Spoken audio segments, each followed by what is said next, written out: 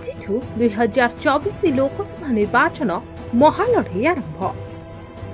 ସାରା ଦେଶରେ ପ୍ରଥମ ପର୍ଯ୍ୟାୟ ନିର୍ବାଚନ ଆରମ୍ଭ ହୋଇଛି।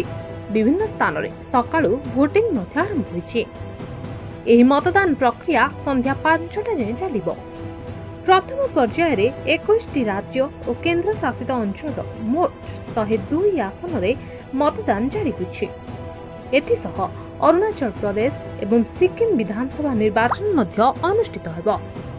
ତେବେ ପ୍ରଥମ ପର୍ଯ୍ୟାୟରେ ମୋଟ 1,87,000 ପୋଲିଂ କେନ୍ଦ୍ରରେ ମତଦାନ ହେବାକୁ ଥିବା ବେଳେ 16,53 କୋଟି ଲୋକ ମତଦାନ କରିବେ।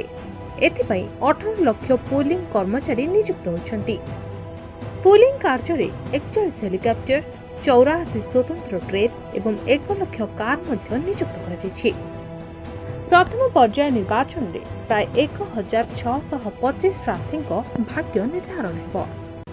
3.5 କୋଟିରୁ ଅଧିକ ଯୁବ ଭୋଟର ଏଥର ମତଦାନ କରିବେ। 102 ଲୋକସଭା ଆସନରେ ହେବାକୁ ଥିବା ମତଦାନରେ ତାମିଲନାଡୁର ସର୍ବାଧିକ 39 ଆସନ ରହିଛି।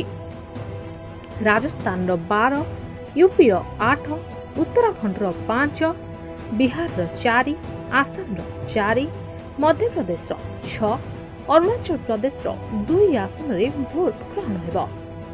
ସେହିପରି ପଶ୍ଚିମବଙ୍ଗର 3, ମହାରାଷ୍ଟ୍ରର 5 ଏବଂ ଛତିଶଗଡ଼ର, ତ୍ରିପୁରା, ଜମ୍ମୁ କାଶ୍ମୀର, ଆଣ୍ଡାମାନ ନିକୋବର, ଲାକ୍ଷାଦ୍ୱୀପ ଓ ପୁଡୁଚେରୀର ଗୋଟିଏ ଲେଖାଏଁ ଆସନରେ ଭୋଟ ଗ୍ରହଣ ହେବ।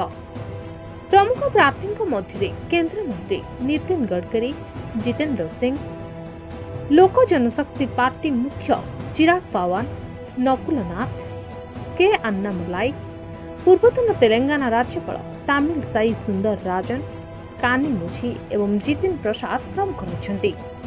Bureau report, media voice.